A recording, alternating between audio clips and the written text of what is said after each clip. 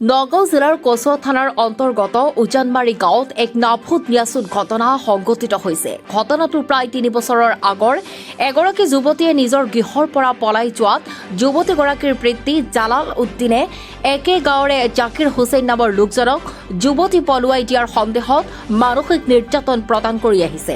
আনকি জাকিৰ হুছেইন নামৰ লোকজনৰ বাসগৃহত অনাধিকাৰ প্ৰৱেশ কৰি ঘৰৰ আচবাব ভাঙি পেলোৱাৰ লগতে নগদ লক্ষাধিক টকা লুটি নিয়াৰো অভিযোগ উত্থাপিত কৰে। পিছে ইয়াতে ক্ষান্ত নাথাকি উদন্ত জালাল উদ্দিনে জাকিৰ হুছেইনৰ বিৰুদ্ধে মিছা গোচৰ তৰি হাৰাশাস্তিৰো অভিযোগ উত্থাপিত কৰিছে। জালাল উদ্দিনৰ ছোৱালীয়ে এটা বেলেগ লোকৰ লগত পলাই গুচি যায়।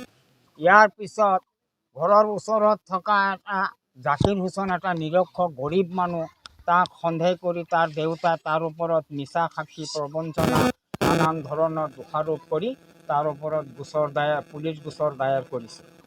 উক্ত পুলিচ গোচৰত সি ভুক্তভোগী হৈ প্ৰায় বহুবাৰ থানাত ৰেড হৈ থানাত গৈছে আহিছে, টকা পইচা নষ্ট কৰিছে, তাৰ কোনো সীমা সংখ্যা নাই।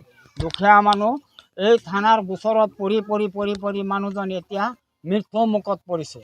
কিন্তু এই বৰ্তমানে কিছুদিন আগত এই 2 মাহ 1.5 মাহ হৈছে ছোৱালীজনীয়ে পোৱালি এটা লগত লৈ তাৰ বাপেকৰ ঘৰত হৈ উপস্থিত হৈছে।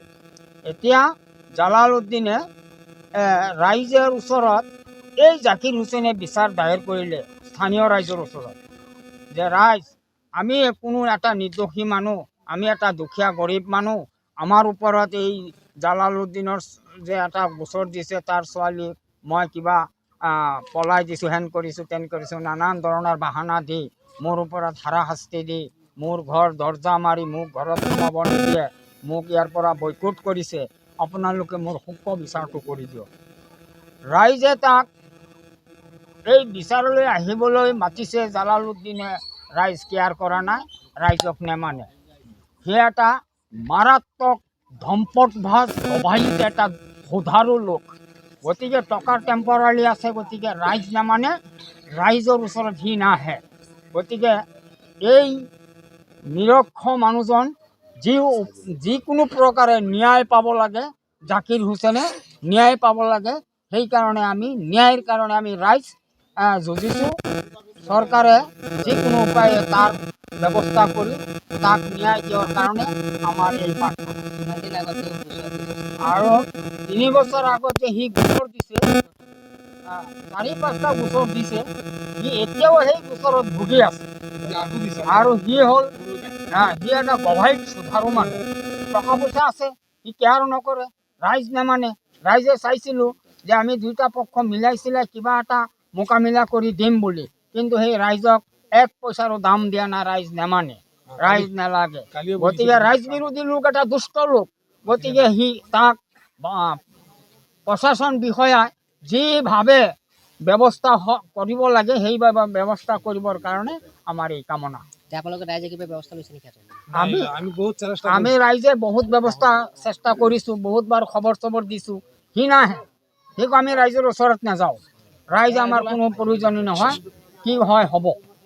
গতিকে আমি উপায়হীন হৈ এই জাকিৰৰ ন্যায়ৰ কাৰণে, জাকিৰে কান্দা কুটা কৰি আছে ৰাইজৰ ওচৰত, জাকিৰ ন্যায় পাবৰ কাৰণে, এটা দুখীয়া দৰিদ্ৰ অন্তৰ্দয়া মানুহ। গতিকে তাক যাতে চৰকাৰে কিবা এটা ব্যৱস্থা কৰি ন্যায় দিয়ে, সেই কাৰণে আমি ৰাইজ মানে এই প্ৰশাসনৰ পৰা প্ৰাৰ্থনা জনালোঁ। ৰাজহুৱা এটা গোচৰ আমি দায়েৰ কৰিছোঁ। এই গোচৰৰ ওপৰত ভিত্তি কৰি তাক যাতে গ্ৰেপ্তাৰ কৰি তাৰ ব্যৱস্থা পূৰাভাৱে কৰে, এইকাৰণে আমি প্ৰশাসনৰ ওচৰত প্ৰাৰ্থনা জনাওঁ। কিছুদিন পূৰ্বে পলাই যোৱা যুৱতীয়ে নিজে ঘৰলৈ উভতি অহাত স্থানীয় লোকে বিষয়টো বুজ ল'বলৈ চেষ্টা কৰিছিল যদিও ওলোটা স্থানীয় লোকক হাৰাশাস্তি কৰা বুলি ৰাইজে জানিবলৈ দিয়ে। সেয়েহে আজি জালাল উদ্দিনৰ বিৰুদ্ধে বহু সংখ্যক স্থানীয় ৰাইজ ওলাই আহে আৰু ভুক্তভোগী জাকিৰ হুছেইনক ন্যায় প্ৰদান কৰিবলৈ দাবী জনায়। এই ঘটনা সম্পৰ্কত স্থানীয় ৰাইজে কচুৱা আৰক্ষী থানাত জালাল উদ্দিনৰ বিৰুদ্ধে গোচৰ তৰাৰো সিদ্ধান্ত লৈছে বুলি জানিব পৰা গৈছে। প্ৰায় 3 বছৰে ভুক্তভোগী জাকিৰ হুছেইনে জালাল উদ্দিনৰ বলি হৈ সৰ্বহাৰা হৈ পৰিছে বুলিও মন্তব্য প্ৰকাশ কৰে। যেহেতু ভুক্তভোগী হয় তেওঁৰ বিৰুদ্ধে আপুনি কি গম পায়? ভুক্তভোগী জাকিৰ হুছেইন তেখেতে আমাৰ এই সমাজৰে তেখেতৰ এটা জালালুদ্দি তেখেতৰ ছোৱালী লৈ এটা কেছকাল আছিলে আপোনাৰ 1 বছৰৰ ওপৰত হ'ব 3 বছৰ হ'ব সেই কেছকালটোক আমি ৰাইজে গৈ পেলাই তেখেতক ৰিকুৱেষ্ট কৰিছিলোঁ যাতে এই দুখীয়া মানুহটোক হাৰাশাস্তি নিদিয়ে সি মানে বাৰে বাৰে দুখীয়া মানুহটোক মানে হাৰাশাস্তি দি আহিছে কচুৱা থানাত কেছ কৰিছে আমি ৰাইজে ছাপোৰ্ট দি পেলাই তাক ছুটাই আনিছোঁ গোচৰ কি বুলি দিছিলে?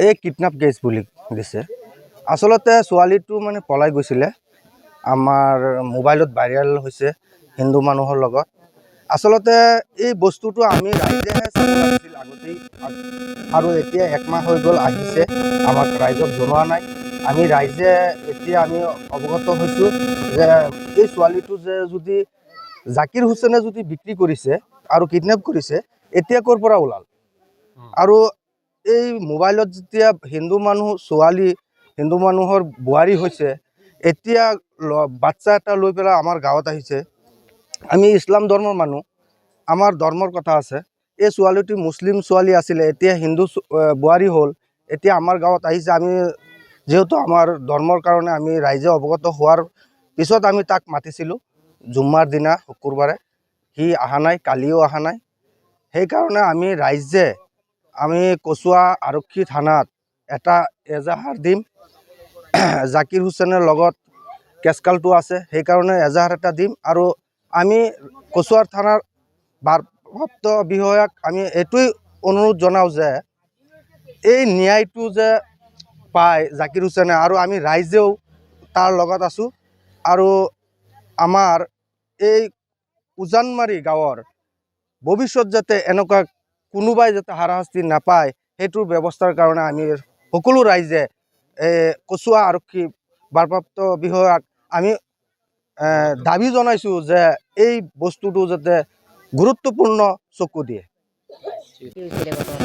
ঘটনাটা সিরিজও সিরিজা গেছে গা পলায় গেছে গা যা হারে আমার উপরে কিডনি কেস কিডন্যাপ করছে আমরা 5বার থানাত নিছে কিমান দিন আগত কৰিছিলে? 5 বাৰ। হ্যাঁ 5বার থানাত নিছে না হারে আমার অ্যারেস্ট করতো 5বার নিছে মানে অ্যারেস্ট তো হইছে না যে কোনো সুবিধার কারণে বা পয়সা করে দিয়ে আমি ছুটে থানাতে আয়ে পড়ছি আমার অ্যারেস্ট করতে না আমরা 5বার থানাত নিছে আমার টিয়া পয়সা সরকারি ঘর পাইছিলাম যে গড়টা বানাইতেছি না আমার ঘরের সামান পাতি যা আছেন সম্পূর্ণ নিচে গা গড়টাও বানাইতেছি না টিয়া পয়সা সব নিচে গা এই লোক আমার ধরুন না 4 লাখ 4.5 লাখ টিয়া মতন আমার গেছে গা আমি একটা গরিব মানুষ কাম করে খাই আজকে বোধ 15 দিন আমার হিরো অপারেশন হয়েছে আমার এরকম আর কি টকা কেউ নিলে?